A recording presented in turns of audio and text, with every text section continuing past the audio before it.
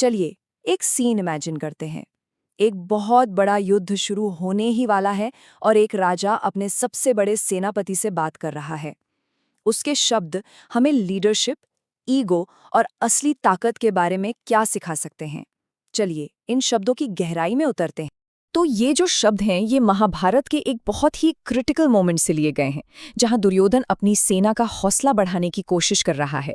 लेकिन क्या इन शब्दों में सिर्फ आत्मविश्वास है या कुछ और भी छिपा है? तो पहली नज़र में तो ये सुनकर लगता है, वाह क्या लीडरशिप है ना? एक पावरफुल कमांडर की दमदार स्पीच। लेकिन क्या सच में ऐसा है या फिर ये बस एक दिखावा है? चलिए अब इन शब्दों को थोड़ा कुरेद कर देखते हैं, क्योंकि इनकी सतह के नीचे ना एक बिल्कुल अलग कहानी छिपी है। ये शब्द जितनी ताकत दिखाते हैं उससे कहीं ज्यादा कमजोरी को सामने लाते हैं। अच्छा, एक बात पर ध्यान दिया, दुर्योधन पहले तो अपने खास योद्धाओं के नाम ले रहा था, लेकिन अब अचानक से वो सिर्फ नंबर्स की गिनती की बात करने लगता है। कहता है और भी बहुत से वीर हैं। ये जो शिफ्ट है ना, ये बहुत इंपॉर्टेंट है। ये क्लासिक ह्यूमन साइकोलॉजी है ना? जब किसी के पास सॉलिड रीजन नहीं होता तो वो अक्सर भीड़ का, नंबर्स का सहारा लेता है। देखो मेरे साथ कितने लोग हैं। दुर्योधन भी बिल्कुल वही कर रहा है। क्वालिटी पर फोकस करने के बजाय वो क्वांटिटी गिनाकर अपनी बात में वजन डालने की कोशिश कर। अच्छा, नंबर्स के बाद दुर्योधन का अगला दाव क्या है? टेक्नोलॉजी, हथियार। वो जोर देकर बताता है कि उसकी सेना के पास कितने तरह तरह के हथियार हैं, ये दिखाने के लिए कि देखो हम कितने मॉडर्न और पावरफुल हैं। पर यहीं पर एक बहुत बड़ा फर्क सामने आता है। देखो, बाहरी ताकत और अंदरूनी विश्वास, ये दो अलग अलग चीजें हैं। हथियार आपको लड़ने की शक्ति तो दे सकते हैं, बिल्कुल दे सकते हैं, पर लड़ने का जो जज्बा होता है ना, जो मोराल होता है, वो तो किसी बड़े मकसद से ही आता है। और आखिर में दुर्योधन अपना आखिरी तुरुप का इक्का चलता है।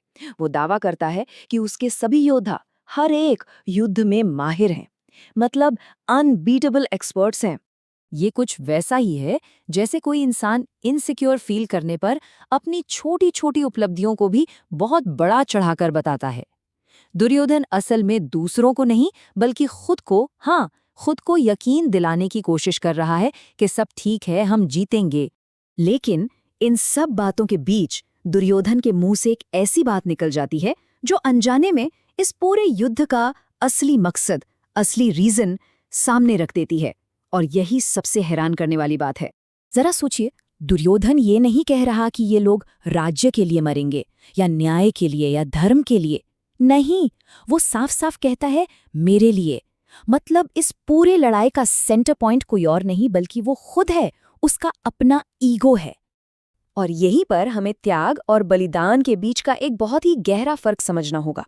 देखिए, जब कोई किसी इंसान के ईगो के लिए अपनी जान देता है तो वो सिर्फ एक त्याग है, लेकिन जब कोई किसी बड़े सिद्धांत, किसी ऊंचे मकसद या धर्म के लिए अपनी जान देता है तो उसे बलिदान कहते हैं।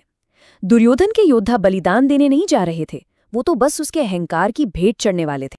तो चलिए इन सारे क्लूज को एक साथ जोड़ते हैं। इससे हमें एक ईगोइस्ट लीडर की साइकोलॉजी की एक बिल्कुल साफ तस्वीर मिलती है।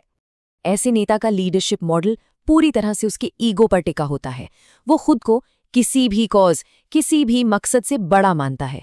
उसके लिए लोगों की जिंदगी बस उसके एम्बिशंस को पूरा करने का एक टूल है, एक साधन है। और अपने अंदर के डर को छिपाने के लिए वो बाहर से नंबर्स और हथियारों का दिखावा करता है।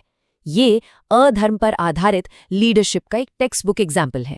तो इस पुरानी कहानी से हमें लीडरशिप के बारे में ऐसा कौन सा लेसन मिलता है जो आज के दौर में भी उतना ही रेलेवेंट है? देखिए, एक ईगोइस्ट लीडर और एक सच्चे लीडर के बीच का सबसे बड़ा फर्क क्या है? एक कहता है मेरे लिए लड़ो, जबकि दूसरा कहता है इस मकसद के लिए हम सब साथ मिलकर लड़ते हैं। और शायद यही इस पूरी बातचीत का सबसे बड़ा टेक अवे है। किसी भी टीम के पास हिम्मत हो सकती है, बेस्ट टेक्नोलॉजी हो सकती है, नंबर्स भी हो सकते हैं, ये सब पावर के फॉर्म्स हैं। लेकिन अगर उनके पास कोई बड़ा मकसद नहीं है, कोई सही डायरेक्शन नहीं है, तो उनकी सबसे बड़ी ताकत ही उनकी सबसे बड़ी कमजोरी बन जाती है। तो सवाल ये उठता है कि असली ताकत किसमें है? भीड़ की गिनती में या एक मजबूत मकसद में? ये एक ऐसा सवाल है जो हमें लीडरशिप के नेचर के बारे में बहुत गहराई से सोचने पर मजबूर करता है।